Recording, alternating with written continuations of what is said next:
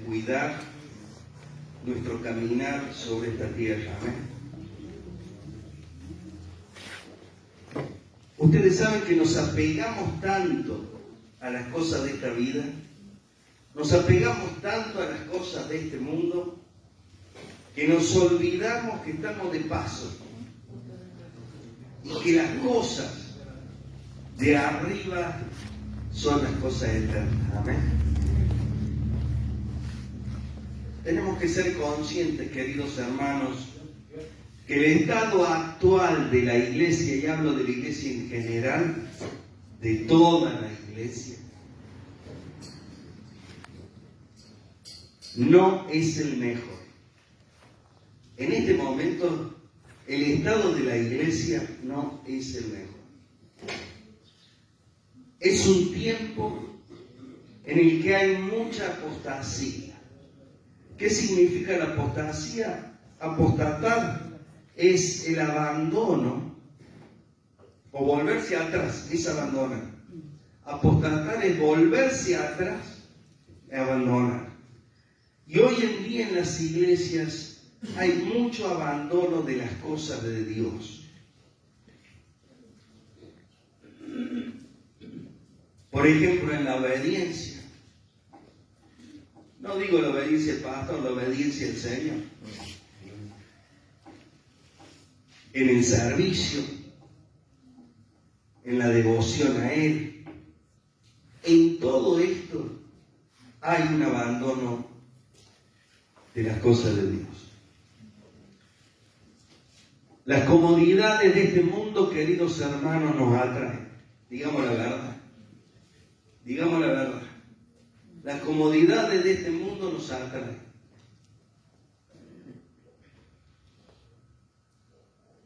Preferimos nuestro bienestar que pagar el precio de servir al Señor. Y esto ocurre ¿por qué? Justamente porque nos hemos alejado del Señor.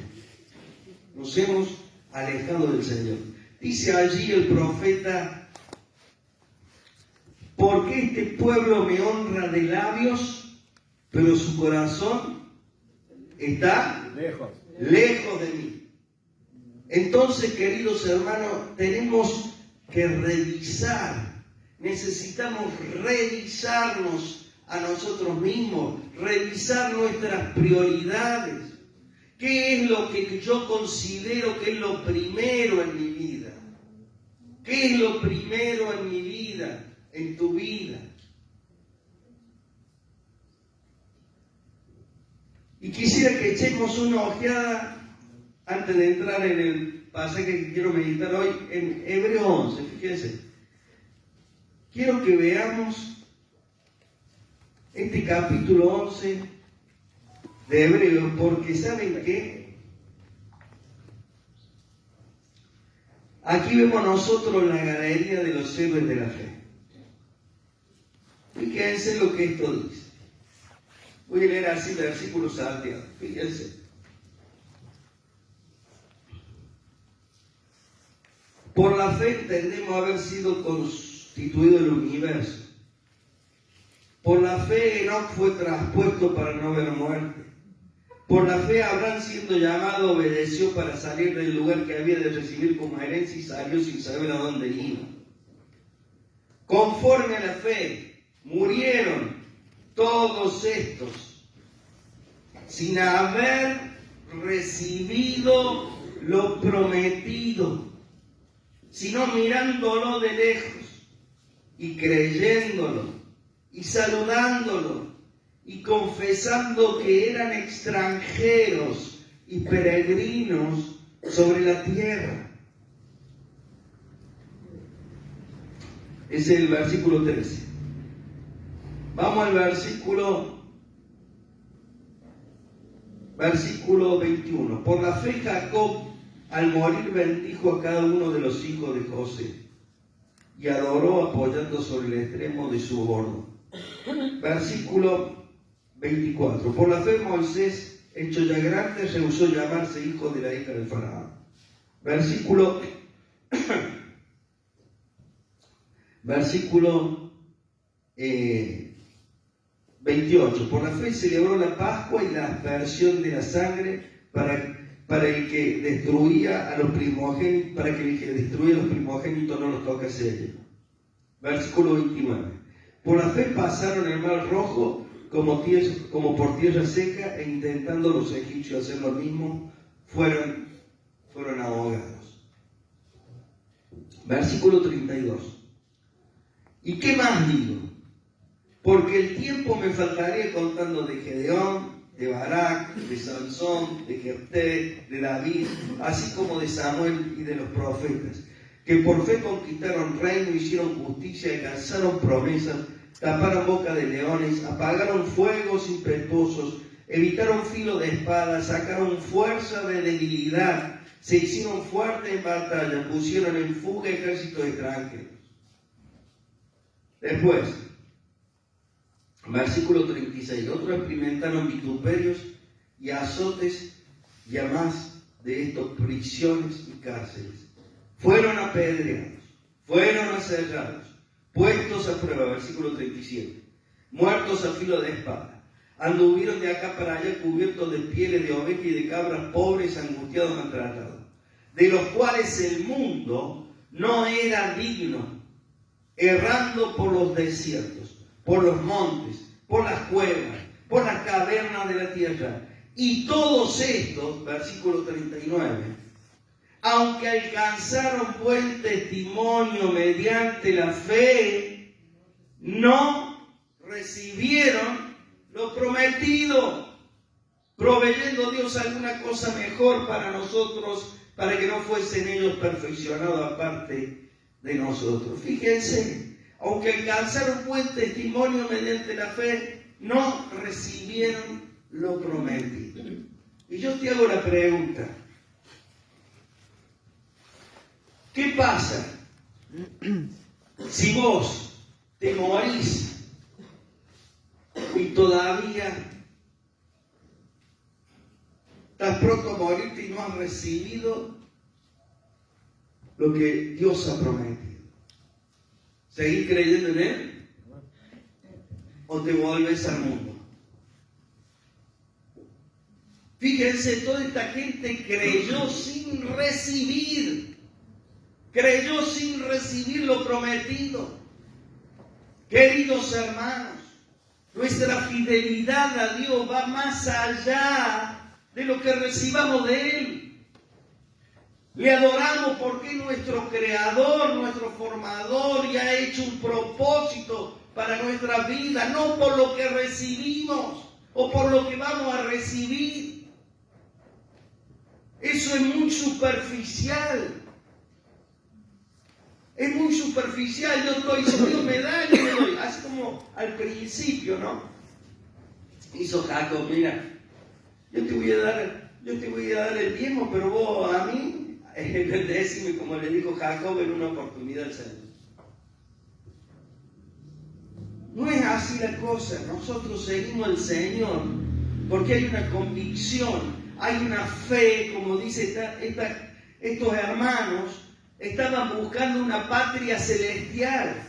Y yo te hago una pregunta, ¿estás buscando la patria celestial en este momento? ¿Vos estás esperando esa patria celestial? ¿O te has metido y te has enredado en las cosas de este mundo?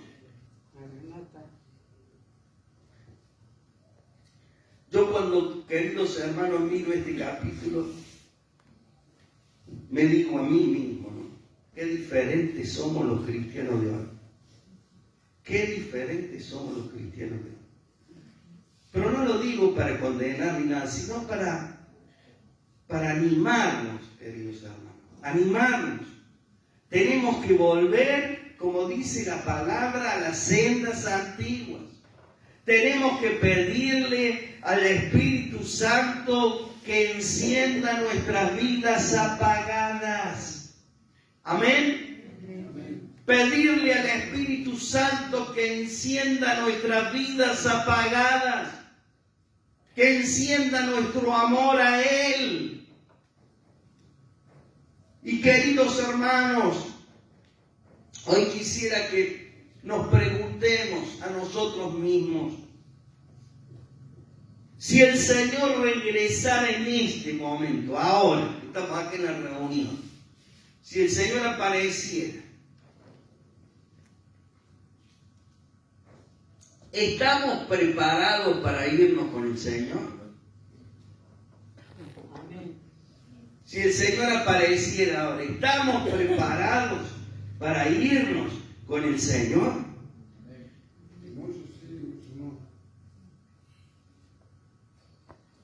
Y para ello, yo quería ver una de las parábolas que creo, en las cuales Jesús nos clarifica más lo que significa estar listos cuando el Señor regrese. Y de eso quería hablar hoy. Por eso el título es ¿qué significa mantener nuestra lámpara encendida? Ya se imaginarán de qué quiero hablar, de qué parábola. Así que vamos a Mateo 25, del 1 al 13, pasaje muy conocido. Dice así la palabra: entonces el reino de los cielos será semejante a 10 vírgenes que tomando sus lámparas salieron a recibir al esposo. 5 de ellas serán prudentes y 5 insensatas. Las insensatas, tomando sus lámparas, no tomaron consigo aceite, mas las prudentes tomaron aceite en sus vasijas juntamente con sus lámparas. Y tardándose el esposo, cabecearon todas y se durmieron. Y a la medianoche se oyó un clamor: aquí viene el esposo, salgan a recibirlo. Entonces todas aquellas vírgenes se levantaron y arreglaron sus lámparas. Y las insensatas dijeron a las prudentes: dennos un poco de aceite, porque nuestras lámparas se apagan. Mas las prudentes respondieron diciendo: para que no nos falte a nosotras y a vosotras, vayan mejor a los que venden y cómprenle para vosotras mismas. Pero mientras ellas iban a comprar, ¿qué pasó? Vino el esposo. Y las que estaban preparadas entraron con él a las bodas y se cerró la puerta. Después vinieron también las otras vírgenes diciendo: Señor, Señor, ábrenos. Mas él respondiendo dijo: de cierto os digo que no os conozco. Velad pues, porque no sabéis el día ni la hora en que el Hijo del Hombre ha de venir. Amén. Que Dios bendiga su palabra. Amén. En esta historia de las 10 vírgenes, queridos hermanos, entre las cosas que se nos enseñan, es que cada uno de nosotros, nos tenemos que ocupar por nuestra condición espiritual. No le podemos estar echando la culpa a otro. No, pero el pastor no me enseñó, el pastor no me dijo, no se acercó nadie, no me dijo. Cada uno de nosotros es responsable por la condición espiritual que tenemos. Yo soy responsable por mi condición espiritual. Daniel es responsable por su condición espiritual, cada uno. Esta parábola, queridos hermanos, me voy a introducir un poquito en las costumbres de ese tiempo. Esta parábola tiene que ver con un casamiento. Ustedes saben que en la cultura judía una pareja mantenía su noviazgo por largo tiempo antes de contraer las nupcias. De chiquito parecía, ¿no? Y la promesa de compromiso era un pacto similar a los votos del matrimonio. En el día de las bodas, ¿qué pasaba? el día de la boda, ¿no es cierto? El novio iba a la casa de la novia para se haga la ceremonia. Luego que se hacía la ceremonia en la casa de la novia, la pareja, formando parte de un desfile, regresaba a la casa del novio, donde tenía lugar la fiesta. La fiesta era en la casa del novio, que con frecuencia esa fiesta duraba toda una semana. Y estas 10 chicas, ¿qué estaban haciendo? Estas 10 chicas estaban esperando, ¿no es cierto?, para desfilar. Y estaban aguardando participar en el banquete de la fiesta de la casa del novio. Pero cuando el novio se retrasó, ¿qué pasó? A 5 de ellas dice que se le acabó el aceite y las lámparas se le apagaron. Y mientras iban a buscar el aceite, ¿qué pasó? Se le hizo tarde y no pudieron participar en la fiesta. Y esta parábola Jesús la utiliza para mostrarnos a nosotros y hablarnos acerca de que tenemos que estar preparados, queridos hermanos. Que tenemos que estar preparados para cuando el Señor venga. ¿Y qué significa esto de mantener nuestras lámparas encendidas? Dentro de esta pregunta, yo quisiera que viéramos 3 puntitos nomás. Hace cortito. 3 puntos. El primer punto es que la lámpara es nuestra vida. Tu vida es la lámpara. Mi vida es la lámpara. Cada una de nuestras vidas es como una lámpara, en este ejemplo. ¿Y qué debe hacer la lámpara? ¿Qué tiene que hacer la lámpara? Alumbrar. O sea, cumplir una función, la función de alumbrar. Y Jesús dijo que sus discípulos, ¿qué somos nosotros? La luz del mundo. Y una lámpara, dice Jesús, no se pone debajo de la cama, sino que se pone en un lugar alto para que alumbre a los que la rodean. Y yo quisiera que viéramos un momento, vayamos a Efesios 5, vamos a ver ahí 3 versículos, Efesios 5, lo que nos dice Pablo ahí.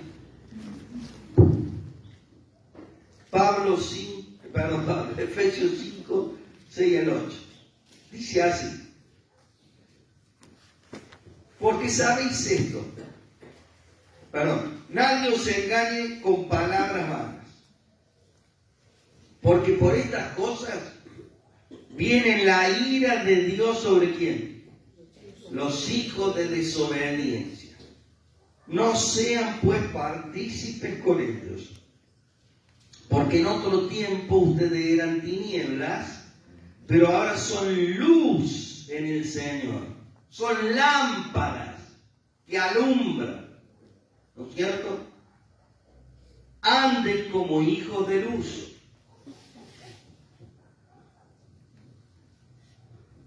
Habla aquí Pablo de que no se dejen engañar con palabras vanas. Porque por esto viene la ira de Dios, ¿no es cierto? Un hijo de desobediencia, queridos hermanos, un hijo de desobediencia es alguien que viene practicando la desobediencia, que vive desobedeciendo. Es aquel que tiene como forma de vida la desobediencia. En definitiva, es alguien rebelde, que Dios le dice una cosa, no, yo voy para allá. Dios le dice, tenés que cambiar esto, no lo voy a cambiar.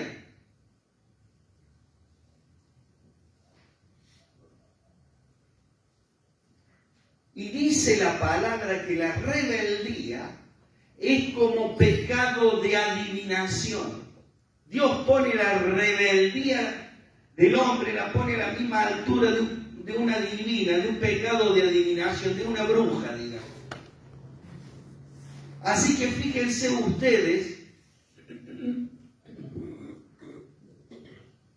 que la ira de Dios se manifiesta sobre aquellos hijos que son desobedientes.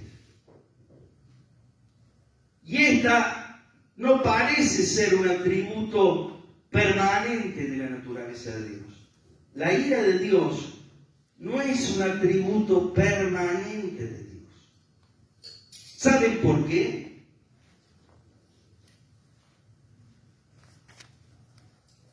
Porque va a llegar, y esta no parece ser un atributo permanente de su naturaleza, o sea, algo que por naturaleza lo caracteriza a Dios constantemente. O sea, la ira de Dios no es constante. ¿Se dan cuenta de lo que quiero decir? ¿No es cierto? Dado que su ira no es una ira irracional, que Dios pierde el control y por eso castiga, no es así. Siempre existe una razón para que Dios ponga en marcha su ira. ¿Y saben cuál es esa razón?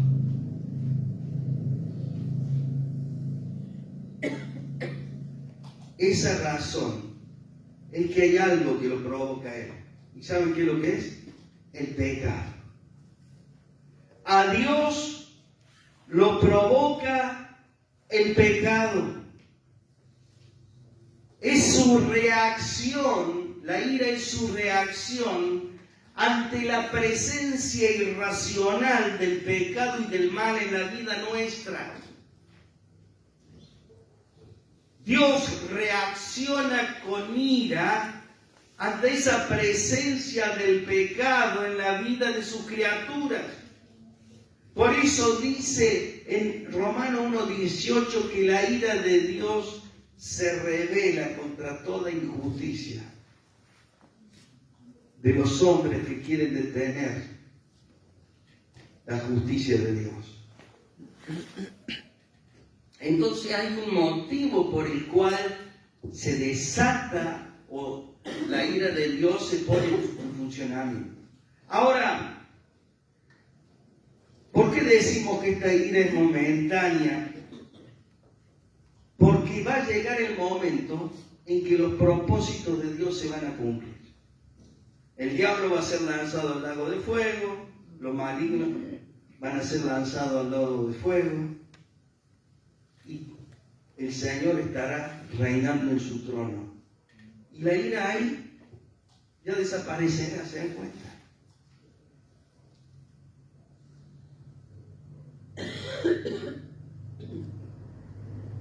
Queridos hermanos, a nosotros no nos conviene ser parte de los desobedientes. Amén. No nos conviene ser parte de los desobedientes. Que Dios nos libre.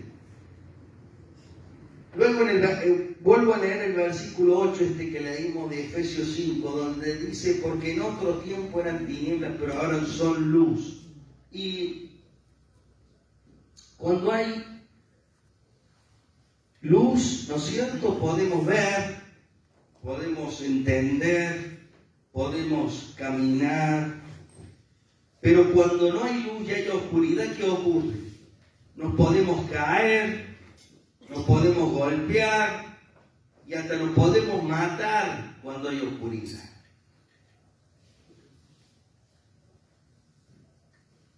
La pregunta es esta que nos hace, que quería hacer ahora. Si Cristo nos dijo a nosotros que seamos luz, ¿estamos alumbrando? ¿Estamos alumbrando, queridos hermanos? Cada uno respóndase a la pregunta, ¿no es cierto? Porque tenemos que cumplir esta función de que nuestra vida, que es la lámpara, esté encendida. Amén. Bueno, sigamos. El segundo punto es que nuestra vida, que es la lámpara, para funcionar, ¿qué necesita? El aceite, que es símbolo del Espíritu Santo. Entonces, el aceite es el combustible para nuestra vida, que es la lámpara. La presencia del Espíritu Santo. Lo que hace funcionar la lámpara es la presencia del Espíritu Santo. Cuando se va acabando el aceite, la lámpara se va apagando. Y en la Biblia, como dijimos, esta figura del aceite representa al Espíritu Santo. O sea, el Espíritu Santo es el que tiene que estar haciendo funcionar nuestra vida para que esa vida, que es la lámpara, alumbre. Amén. Jesús habla mucho del Espíritu Santo. Y Él dice que lo iba a enviar para que nos ayudara a recordar, para poner por obra todas las cosas que nos había enseñado. O sea, que Él, a través del Espíritu Santo, nos iba a ayudar para que seamos obedientes. Amén. El Espíritu Santo está en nosotros para ayudarnos a ser obedientes, para recordarnos que cuando nos estamos desviando, nos recuerda que no podemos ir por ese camino. Hay un versículo ahí en Romanos 8:9. Pablo viene hablando de la vida en el Espíritu y la vida en la carne, y habla y dice lo siguiente: sin embargo, ustedes no viven según la carne, sino según el Espíritu, si es que el Espíritu de Dios vive en ustedes. Y si alguno no tiene el Espíritu de Cristo, no es de Él. Y esto, queridos hermanos, es para que reflexionemos y para que nos preguntemos: ¿tengo el Espíritu Santo en mi vida? ¿Tengo el Espíritu Santo en mi ser? Porque tener el Espíritu Santo en nuestras vidas, queridos hermanos, es lo más importante. Repito, tener el Espíritu Santo en nuestras vidas es lo más importante. Porque nos ayuda a obedecer, y en esa obediencia nuestras vidas, que son las lámparas, alumbran a los demás. Las vírgenes insensatas, queridos hermanos, ¿saben lo que hicieron? Descuidaron el aceite de sus lámparas. Descuidaron la presencia del Espíritu Santo en sus vidas. Y muchas veces nosotros también descuidamos la presencia del Espíritu Santo en nuestras vidas. Pero también dice que no entristezcamos al Espíritu Santo y no hagamos que se aleje de nuestras vidas. Por eso, queridos hermanos, no tenemos que dejar que el aceite del cielo se acabe en nuestro ser. No tenemos que dejar que el Espíritu Santo se vaya de nuestras vidas.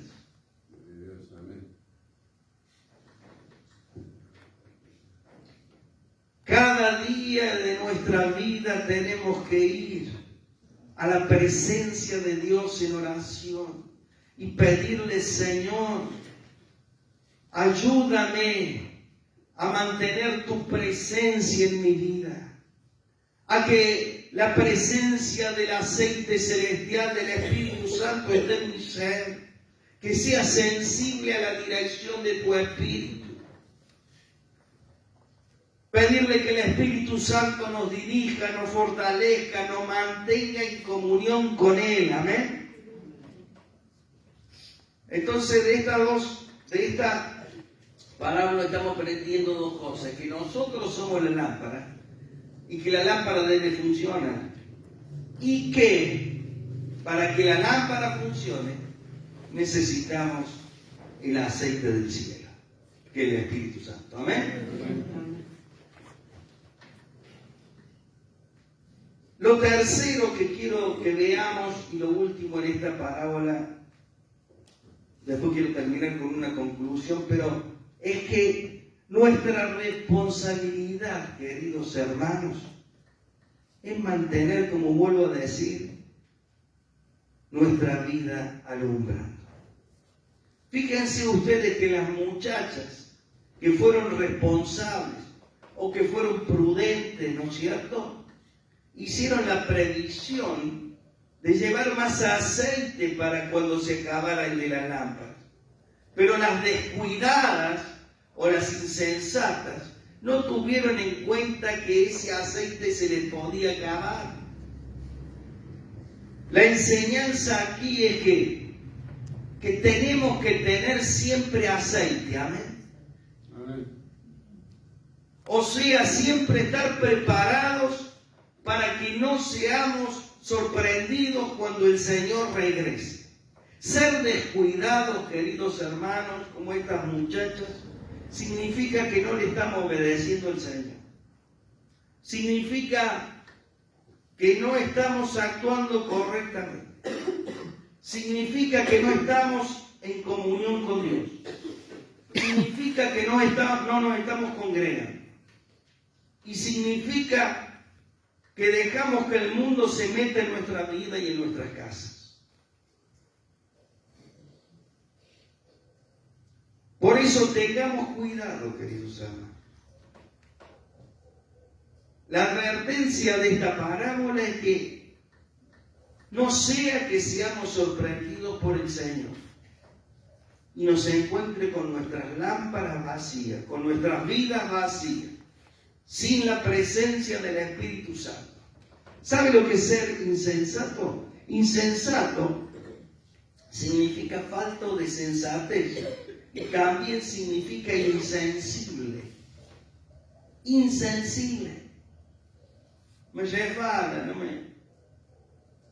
Si va bien y si no, también.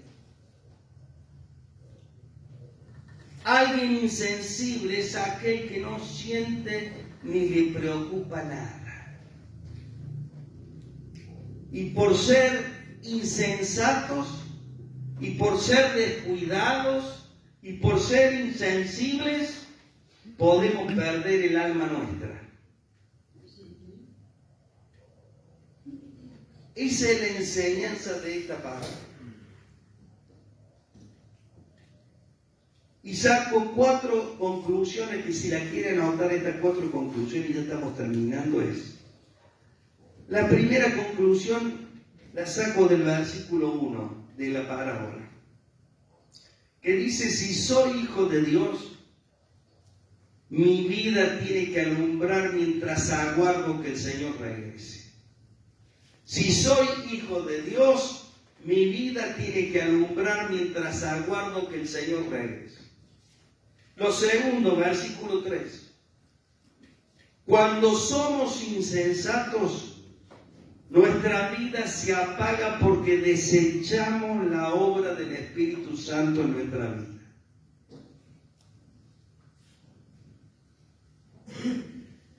Repito, cuando somos insensatos, en el versículo 3, nuestra vida se apaga porque desechamos la obra del Espíritu Santo. Lo tercero, la tercera conclusión, versículo 4, la prudencia se muestra en nuestra vida cuando buscamos la presencia del Espíritu Santo. Y cuarto, el versículo 13. que el Señor nos llama a permanecer atentos y a permanecer despiertos. Amén. Te invito a que te pongas de pie ahí donde estás.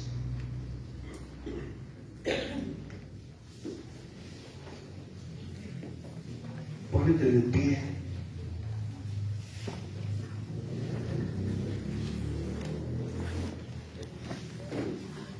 Dios sabe por qué esta mañana ha puesto esta palabra para nosotros, pero yo quisiera que usted le preste atención, querido hermano, querida hermana.